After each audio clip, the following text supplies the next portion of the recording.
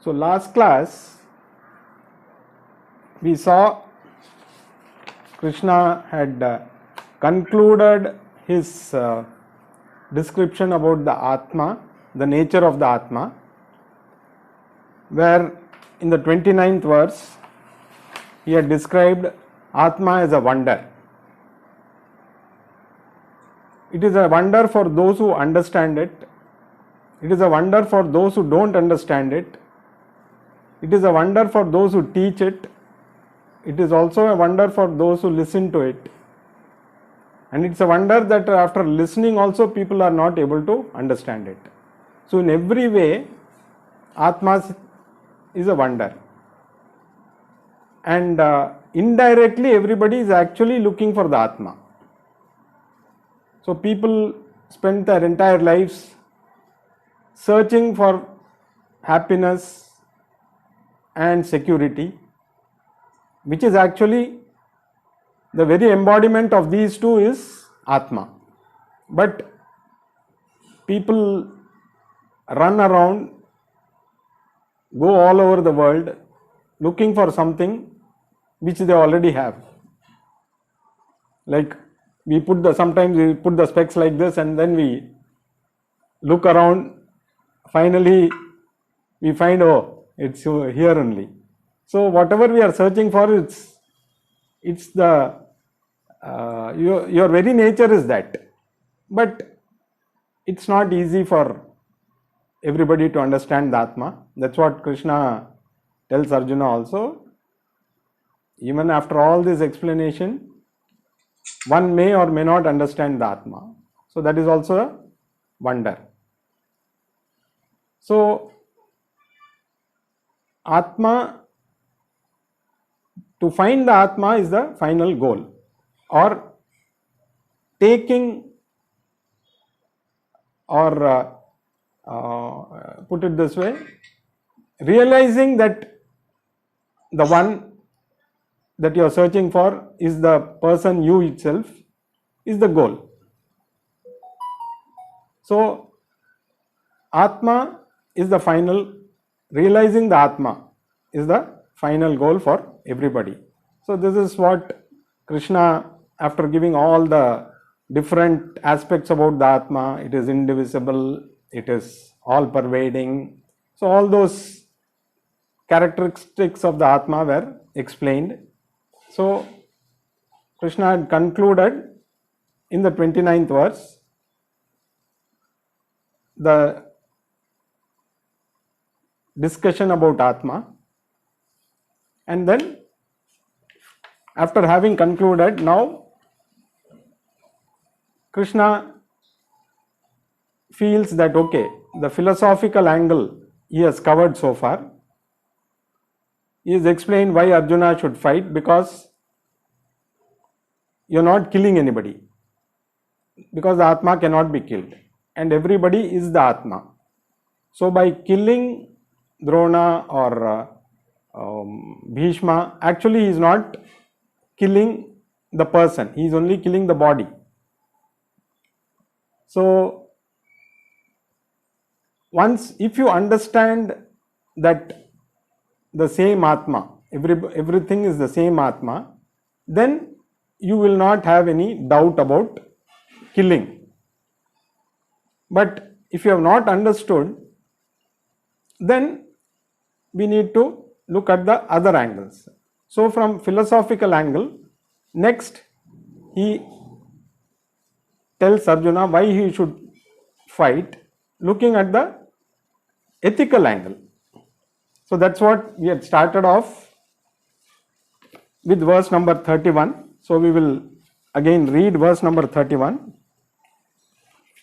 Swadharma picha veksha na vikampatum arhasi dharma yadhi yuddha shreyo nyakshatriyasya na vidyate. Verse number 31. So now, having presented his argument in the philosophical angle, now Krishna moves on to the ethical angle. So now he says, if you have not understood the concept of Atma, it's fine. But looking at your own duty, you should not waver from doing your duty. Because for a Kshatriya, there is nothing else greater than fighting a battle to protect dharma. So Swadharma, he says, he uses the word Swadharma. That is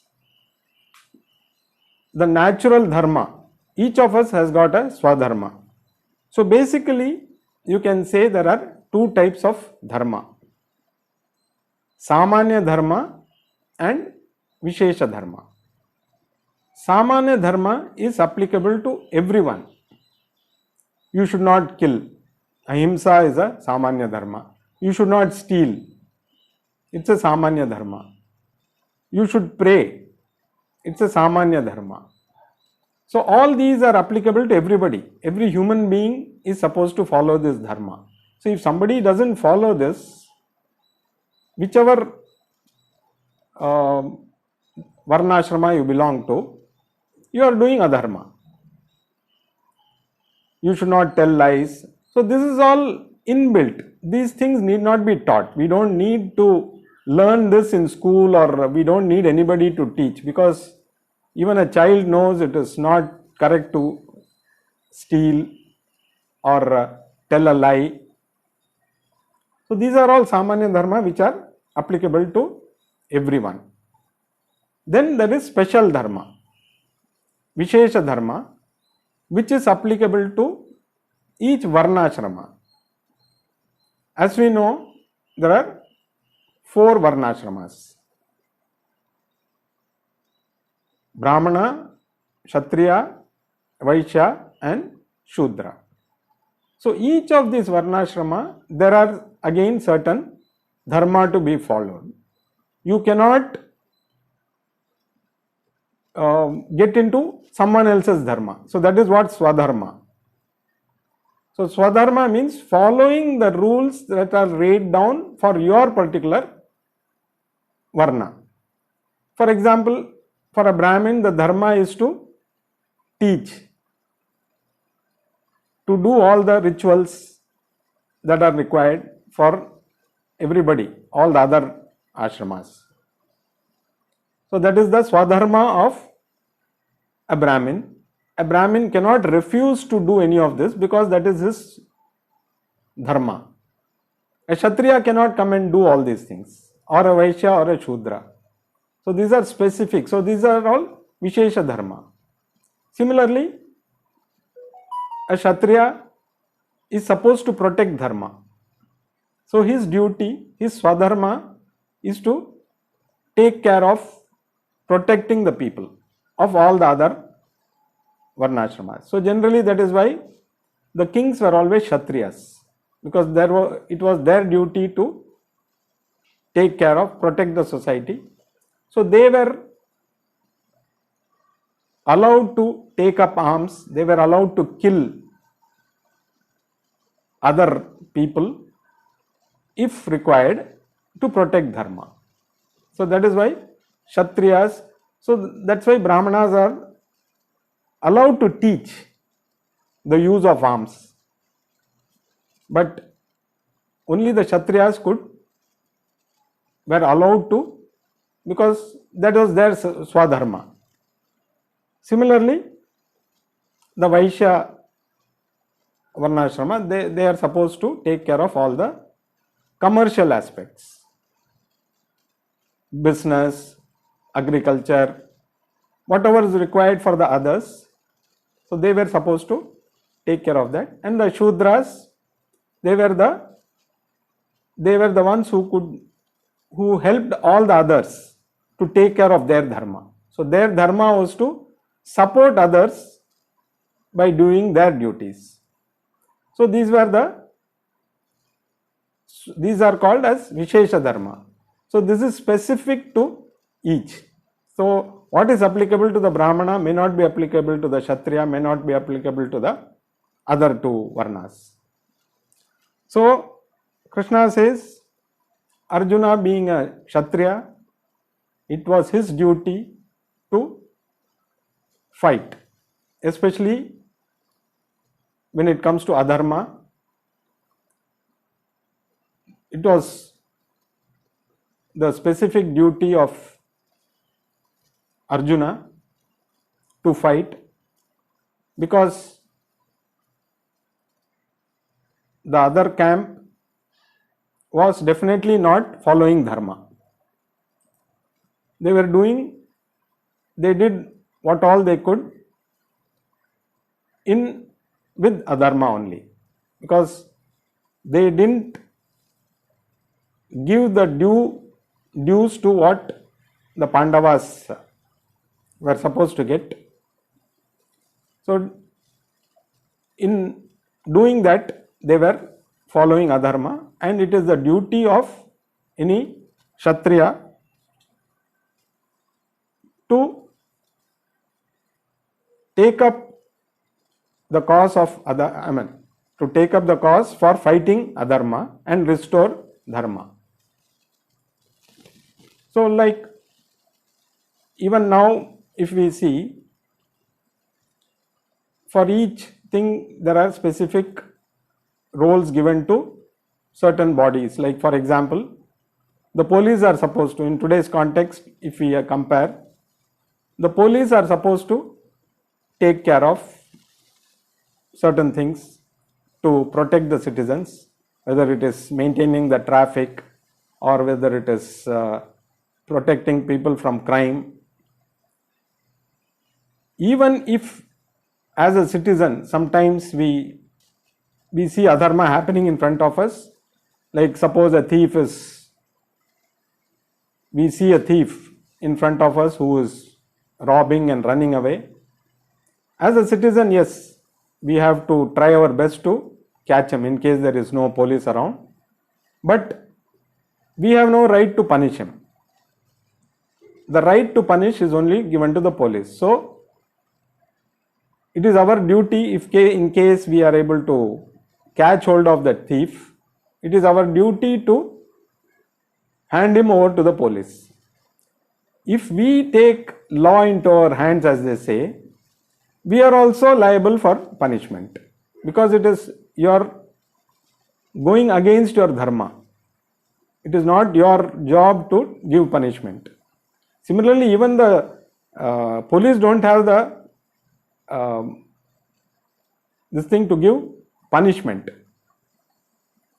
Again, it is the courts which are supposed to give the punishment. So each section, as we know in today's context, even if we don't know about the varnashramas, what are the duties of the varnashramas, still in today's context, we know as a citizen what our duties are. So we should not get into someone else's duty.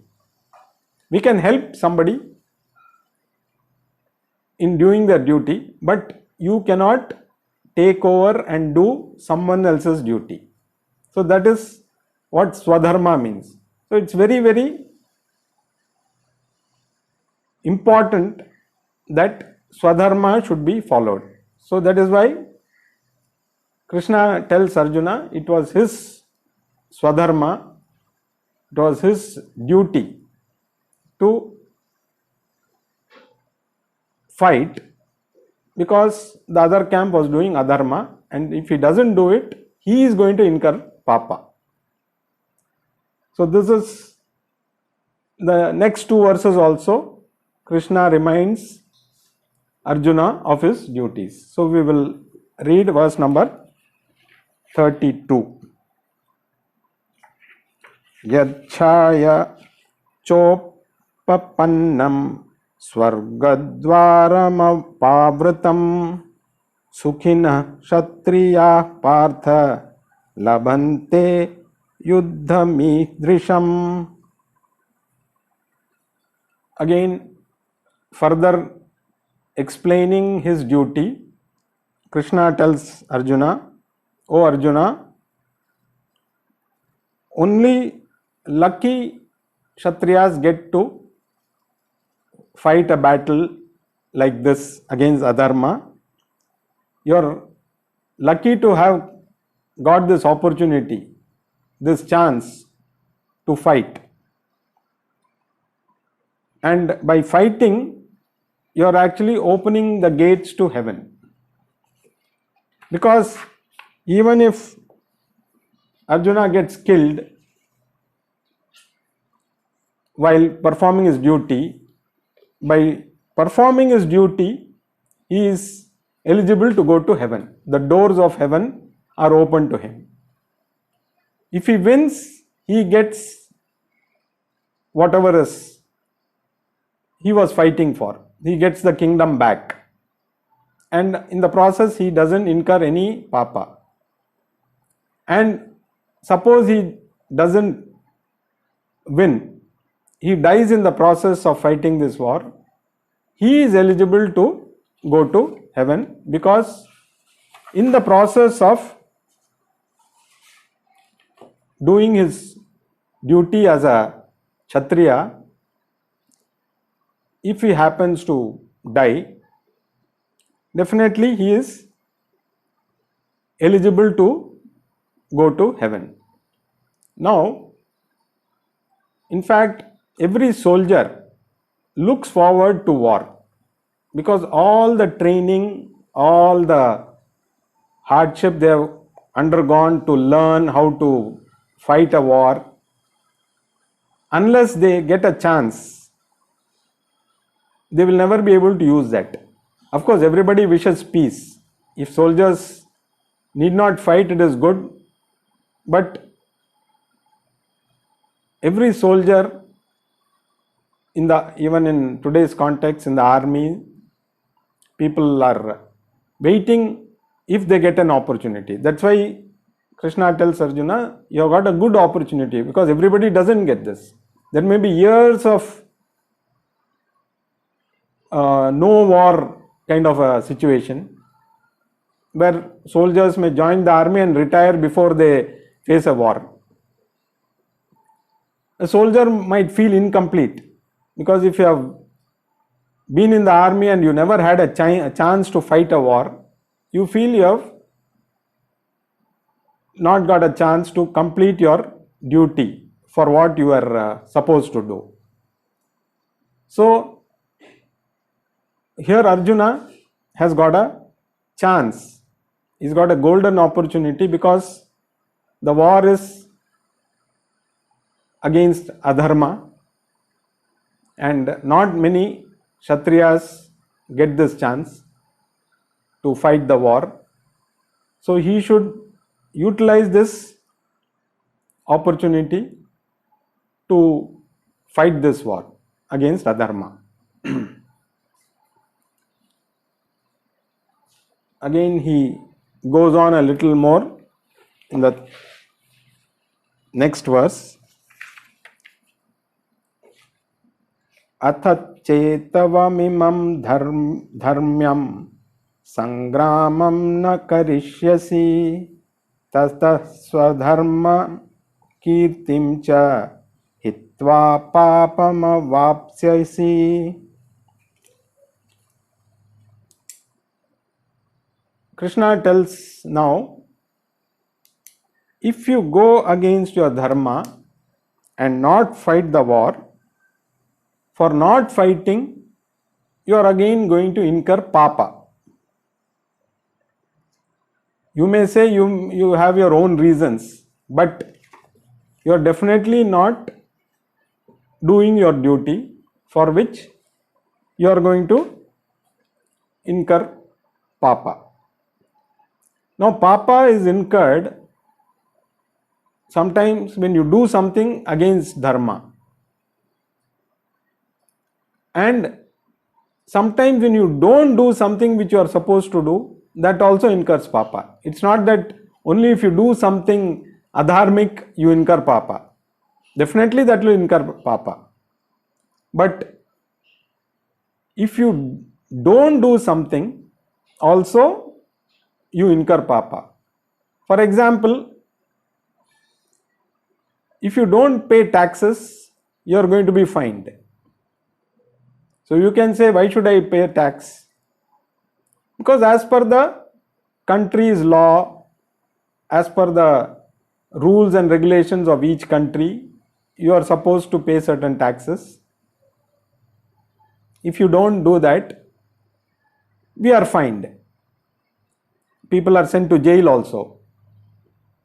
Recently I saw some filmmaker or somebody who's been sentenced to 3 years imprisonment because the check he gave had bounced. So a simple act like that itself is, by not doing something, somebody can incur papa. So it was, so Arjuna, Krishna reminds Arjuna, by not doing your duty, you are going to incur papa, and again you are going to, the effect of this papa, your karma is going to again make you come back, go through all the sufferings once again, go through life, another set of sufferings, again come back. So don't incur this papa by not fighting. It's okay if you die fighting, because that will send you to heaven. But by not fighting and thinking that, okay, by not fighting, I will live with Drona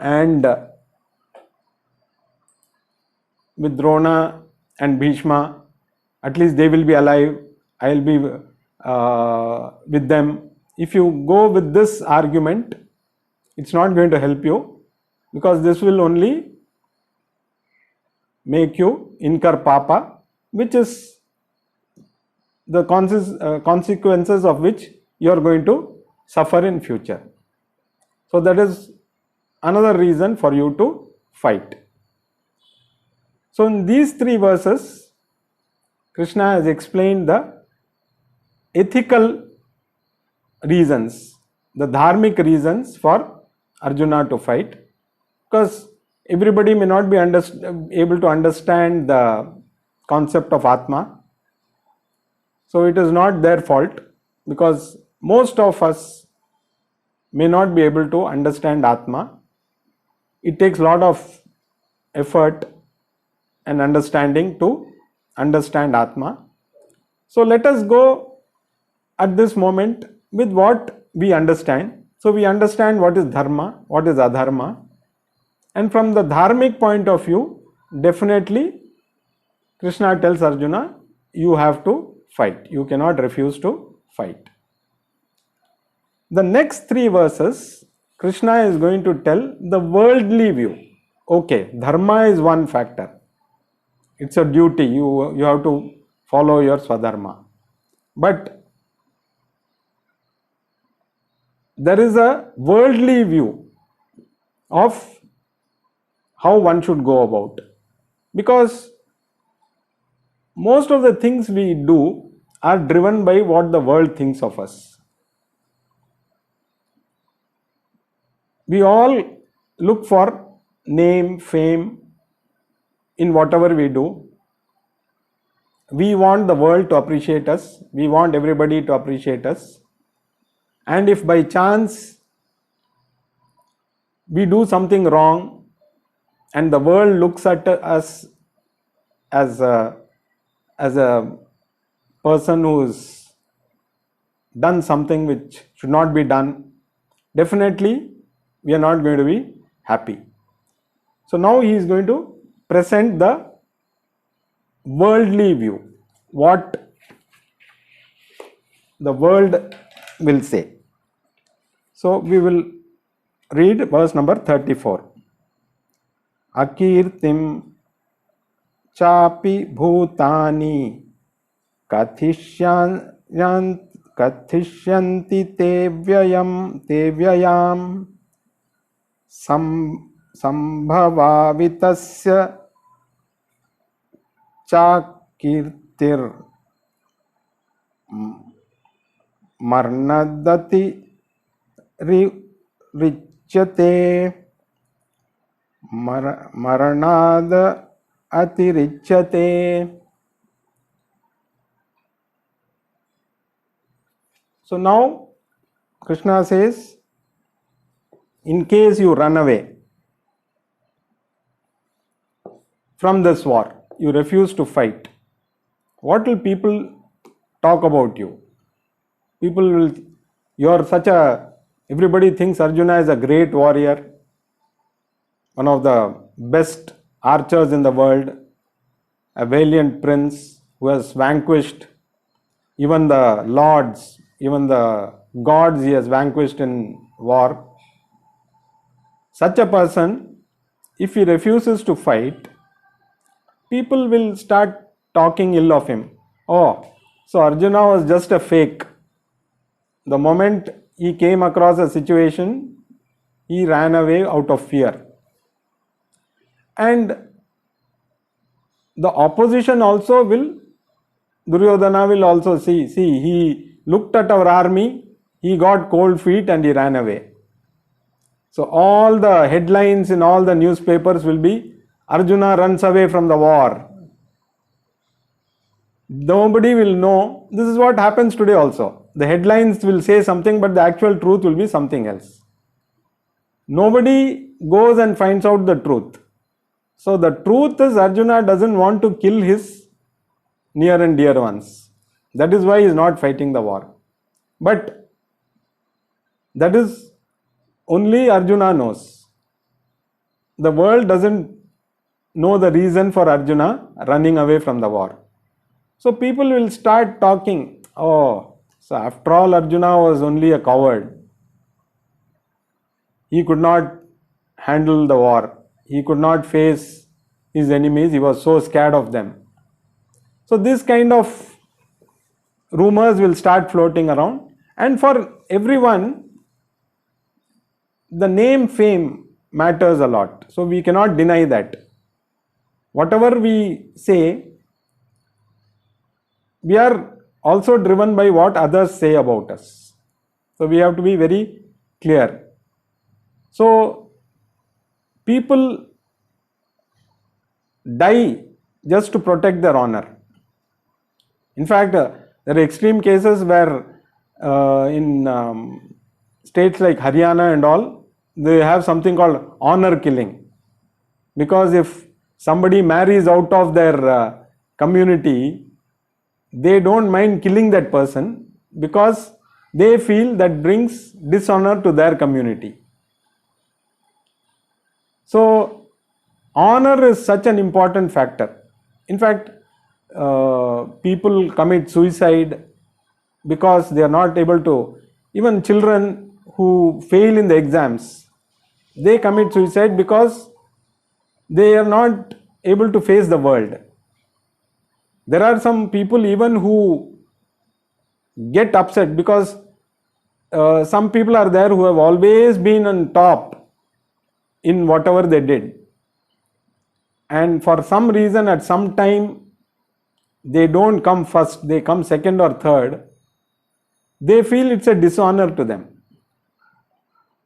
So they also tend to take some drastic measures because they are not able to accept that somebody is better than them. So there are many instances where people, just to protect their honor, give up their life also.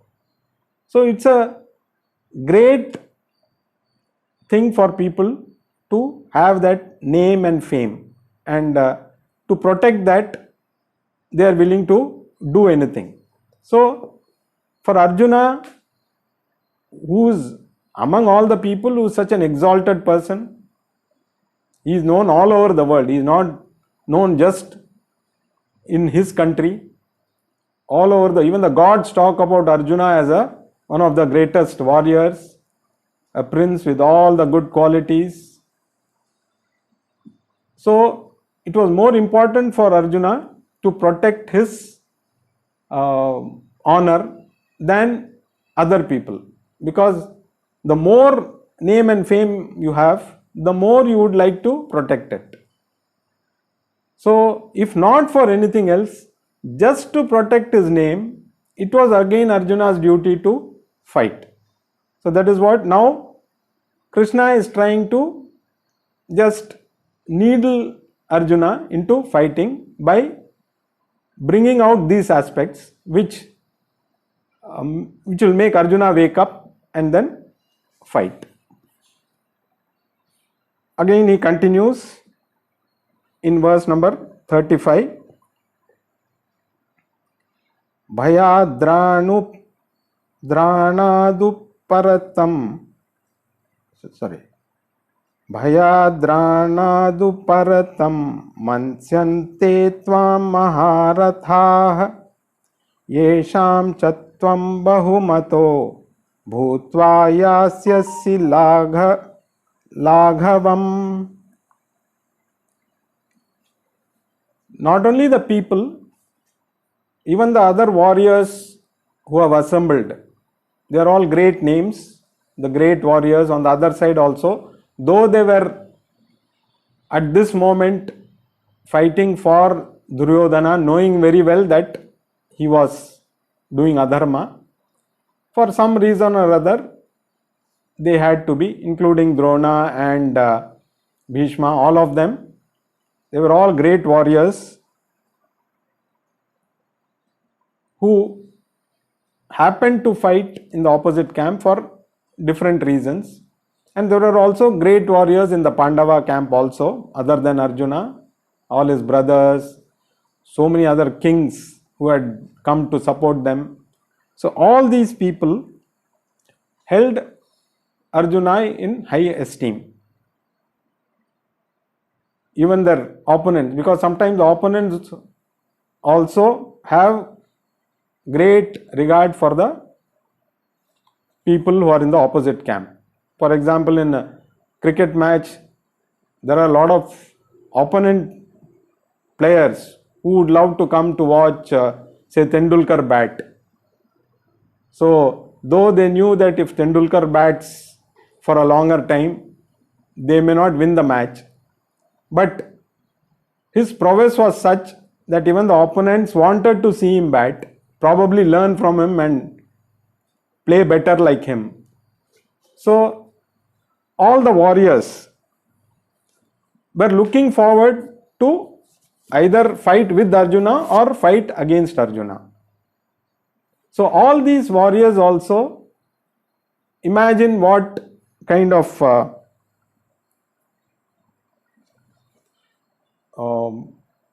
feeling they would have if Arjuna chose to run away from the battlefield. So you come with great expectations, the opponents come to watch Tendulkar bat, and then Tendulkar suddenly decides, oh, I cannot face these bowlers, so I will run away. If such a thing happens, imagine what will be the whole world will be watching, and all the great people would be saying, oh, so after all, this guy, all his greatness was only on paper. The moment he came across a tough situation, he ran away. So not only the common people of course will talk because they may not know, but even the great warriors who had come to fight against and fight for Arjuna, all of them also would feel very let down, and Arjuna would come down in their esteem drastically, because ultimately you have to protect your honor, you have to protect your name.